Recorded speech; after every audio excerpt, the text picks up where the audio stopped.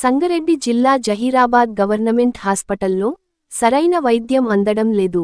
పేషెంట్లను హాస్పిటల్లో ఎవరు సరిగ్గా చూడడం లేదు.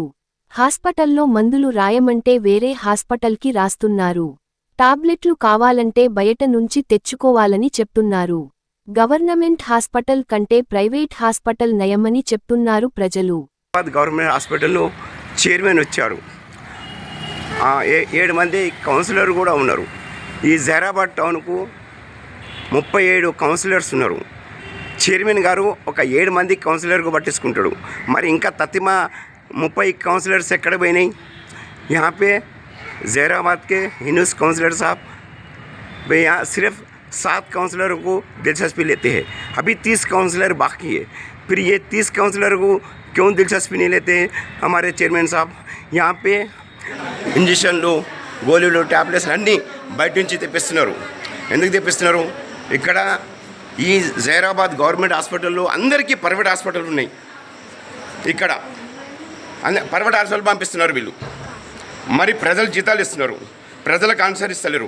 డాక్టర్స్ కానీ సూపరింటెండెంట్స్ కానీ అందరు రౌడీజంగా చేస్తున్నారు. పేషెంట్లు బయట నుంచి మందులు తెచ్చుకుంటున్నారు, ఇంజక్షన్లు తెచ్చుకుంటున్నారు.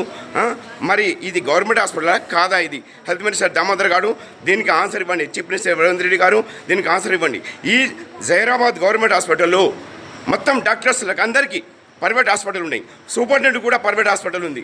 ఎందుకంటే పేషెంట్లు పేదవాళ్ళు కూడా ఉన్నారు దీంట్లో. ఇప్పుడు వాళ్ళు ఇంజక్షన్ తీసుకురాలు, వాళ్ళ దగ్గర పైసలు లేవు, వాళ్ళు ఏం చేయాలి చెప్పండి? దానికి ఆన్సర్ ఇవ్వండి. మరి ఇప్పుడు చైర్మన్ గారు ఇన్యూస్ గారు వచ్చారు, ఒక 7 మంది కౌన్సిలర్ తీసుకొని వాళ్ళు ఏం చేశారు? బిస్కెట్ చాయ్ తిన్నారు, వెళ్ళిపోయారు. సూపరింటెండెంట్ తోటి డాక్టర్లతోటి మాట్లాడారు, ప్యాకేజ్ తీసుకున్నారు, వెళ్ళిపోయారు. అసలు పేషెంట్లు బాధలేంది అది కనుక్కోవాలి. ఇది కనుక్కోరు వీళ్ళు. पेशेंट को क्या बोले? इंजेक्शन मंगाए? कहाँ बाहर से लाए आप?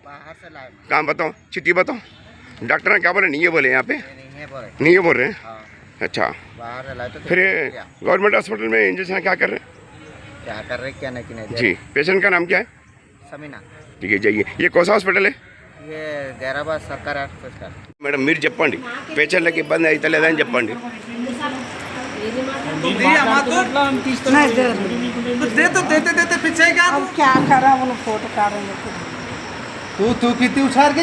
ये कहाँ से मंगा रहे हैं इंजेक्शन? बोलो, बाहर से ला बोल रहे हैं इंजेक्शन. कहीं को यहाँ पे गवर्नमेंट हॉस्पिटल नहीं कहते. ये जहीराबाद गवर्नमेंट हॉस्पिटल है ना, इतना बड़ा हॉस्पिटल में इंजेक्शन नहीं है, गोलियाँ नहीं है, तो कैसा पेशेंट को कितने तकलीफ हो रही है? यहाँ पे उल्टा धमकियाँ दे रहे हैं. ఇప్పుడు ఏ హాస్పిటల్కి వచ్చారు మీరు? ఇప్పుడు ఎక్కడ ఇది? జహీరాబాద్ హాస్పిటల్లో. ఇక్కడికి వచ్చినాకనే మీ వ్యక్తి చచ్చిపోయింది కదా ఇక్కడనే? అచ్చా. ఇప్పుడు దీనికి ఎవరైనా అంటే ఇప్పుడు తల్లి వస్తుందా? ఇక్కడ చూసి చెప్పండి. ఇక్కడ మస్తు ఖర్చు అయినాయి. ఇప్పుడు ఈడ ఎన్ని ఖర్చులు అయినాయి? ఎన్ని పైసలు ఖర్చులు అయినాయి ఈడ మీకు?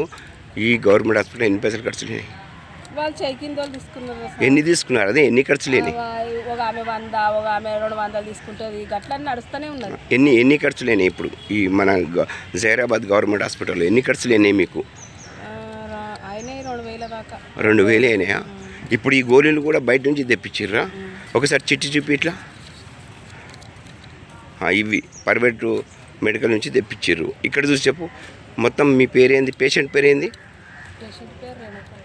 ఇది ఏం హాస్పిటల్ ఇది? ఎక్కడ ఇది? జహీరాబాదా? సంగార్ district staff reporter Mohammed Chand పాషాని. ఈరోజు జహీరాబాద్ గవర్నమెంట్ హాస్పిటల్లో ఉన్నాను. డాక్టర్లు ఇక్కడ సరిగ్గా పేషెంట్లకు చూస్తలేరు, పేషెంట్లకు చేయబడతలేరు. ఇక్కడ పేషెంట్ వచ్చేవరకు ఇక్కడ పేషెంట్లు చచ్చిపోతున్నారు. అయినా కానీ మన పేషెంట్లు చచ్చిపోయినాక కూడా డాక్టర్లు చేయబడతలేరు, కరెక్ట్ ఇక్కడ మందులు ఇస్తలేరు. ఇక్కడ జహీరాబాద్ గవర్నమెంట్ హాస్పిటల్కు మా ఇన్యూస్ చైర్మన్ గారు 7 మంది కౌన్సిలర్లు తీసుకొని వచ్చిండు. మన జహీరాబాద్ టౌన్కు 37 మంది కౌన్సిలర్ ఉన్నారు. 7 మందికే కౌన్సిలర్లకు మర్యాద ఇస్తున్నారు చైర్మన్ గారు. हमारे जहीराबाद टाउन के 37 काउंसलर हैं. 37 काउंसलर में 7 नंबर्स को इज्जत दे रहे, पर बाकी के 30 काउंसलरों को क्यों इज्जत नहीं दे रहे? जब वो डॉक्टर हैं यहाँ पे क्या है, पूरे डॉक्टरों को प्राइवेट हॉस्पिटल है, ये प्राइवेट हॉस्पिटल को दवा इंजेक्शन लिख रहे लोग, गरीब लोग खरीद के नहीं ला सकते. ఇక్కడ డాక్టర్లకు మొత్తం డాక్టర్లకు ప్రైవేట్ హాస్పిటల్ ఉన్నాయి, ఇక్కడ సరిగ్గా చూస్తలేరు, మొత్తం ప్రైవేట్ హాస్పిటల్కు రాస్తున్నారు, మందులు లేవని చెప్పిస్తున్నారు. ఇక్కడ కౌన్సిలర్ 7 మంది కౌన్సిలర్ వచ్చారు, చైర్మన్ గారు వచ్చారు, మన సూపరింటెండెంట్ తోటి డాక్టర్ తోటి కలిశారు, కూర్చున్నారు, సమ్మానం చేసుకున్నారు, బిస్కెట్లు చాయ్లు తిని మన ప్యాకెట్లు తీసుకున్నారు, జేబులు నింపుకున్నారు. 7 మంది కౌన్సిలర్స్ చైర్మన్ వెళ్ళిపోయారు. పేషెంట్లకు అడగాలి, పేషెంట్లకు ఏం బాధలు ఉన్నాయి, ఏం కష్టం ఉన్నాయి, మరి మందులు ఇస్తున్నారా, ఇంజక్షన్ ఇస్తున్నారా, మరి కరెక్ట్ ఎక్స్రేలు తీస్తున్నారా లేదా అని పేషెంట్లకు అడగాలి కదా. వీళ్ళు ఏం చేస్తారు, పేషెంట్లకు అడగరు, డాక్టర్లకు సూపరింటెండెంట్కి అడుగుతున్నారు. సూపరింటెండెంట్ కరెక్ట్ వాళ్ళు చెప్పేస్తారు, పైసలు ఇస్తారు, జేబులు నింపుకుంటున్నారు, కౌన్సిలర్స్ చైర్మన్స్ వెళ్ళిపోతున్నారు. పేషెంట్ బాధ అయింది, పేషెంట్ ఎంత నాన్న అవస్థలు పడుతున్నారు, అది కనుక్కోవాలి. అయితే నేను డిస్ట్రిక్ట్ స్టాఫ్ రిపోర్టర్ని, నా దగ్గర నుంచి ఫోన్ తీసుకొని 2 కౌన్సిలర్స్లు వాళ్ళ వీడియోలన్నీ డిలీట్ చేసేసారు. ఏ అధికారంతో నా వీడియోలు డిలీట్ చేశారు అంటే, కౌన్సిలర్లు చెప్పినట్టు వార్తలు పెట్టాలంటే ఏ హాస్పిటల్ది న్యూస్ కవర్ చేయొద్దట, సూపరింటెండెంట్ తోటి అడగద్దట, డాక్టర్లతో అడగద్దట, ఏమి అసలు పేషెంట్లతో ఏమీ అడగద్దట, హాస్పిటల్ లోపలికి రావద్దట. నా దగ్గర నుంచి వీడియోలన్నీ డిలీట్ చేశారు 2 కౌన్సిలర్స్లు. అంటే ఇక్కడ డాక్టర్ల దగ్గర, సూపరింటెండెంట్ దగ్గర కమిషన్లు తింటున్నారు. ఇక్కడ మన చైర్మన్ గారు అని డౌట్ పడుతున్నాను నేను, కౌన్సిలర్లు కూడా. ఎందుకంటే చైర్మన్ గారు 7 మంది కౌన్సిలర్లకు పట్టుకొని తిరుగుతున్నాడు. మొత్తం 37 కౌన్సిలర్లు తీసుకొని గవర్నమెంట్ హాస్పిటల్ రావాలి, ఈ పేషెంట్తో అడగాలి, పేషెంట్ బాధలు ఏం పడుతున్నారు, పేషెంట్లకు మందులు దొరుకుతున్నాయో లేవా అని అడగాలి. ఇక్కడ స్కానింగ్ సరిగ్గా చేయరు, ఎక్స్రే తీయరు, నెత్తురు పక్షరం చేయరు, ఇక్కడ గ్యాస్ గోళీలు కూడా లేవని చెప్తున్నారు. ఇక్కడ చూడండి, పేషెంట్ చెప్తున్నారు, నేను కాదు, పేషెంట్ ఏం చెప్తున్నారు. నేనేమంటున్నా అంటే, ఏ కౌన్సిలర్ అయినా సరే ఎక్కడ పోయినా కానీ, ఎక్కడ ప్రోగ్రామ్ చేసినా కానీ నన్ను పిలవండి, దమ్ము లేదా, సాత కాదా, నేను డిస్ట్రిక్ట్ స్టాఫ్ రిపోర్టర్ని కదా, వీలే మరి నేను వస్తాను కదా, నేను కళ్ళతో చూస్తాను కదా.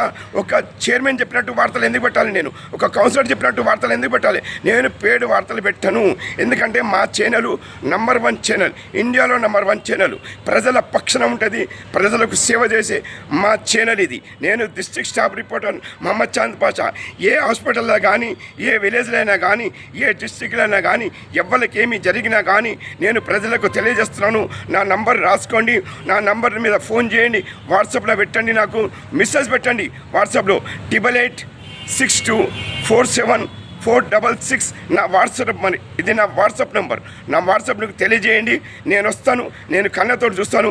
ఆధారాలు ఉంటే నేను వార్తలు కవర్ చేస్తాను, ఆధారాలు లేనిది నేను వార్తలు కవర్ చేయను. ఎవరైనా తప్పు చేసినా కానీ నేను దానికి నిలదీసి నేను అడుగుతాను. నాకు హక్కు ఉంది, నేను ప్రజలకు సేవ చేస్తుంటే నేను ఎవరికి డాక్టర్లకు కానీ, చైర్మన్ కానీ, నేను ఎవరికి భయపడేవాను కాదు. ఆధారాలు దొరికితే సరిపోతుంది, ఆధారాలు బట్టి నేను వార్తలు కవర్ చేస్తాను. మా ఛానల్ని లైక్ చేయండి, సబ్స్క్రైబ్ చేయండి, గ్రూపులలో పెట్టండి. మీరు ఎంత షేర్ చేసినా అంత మంచిగా ఉంటుందని తెలియజేస్తున్నాను.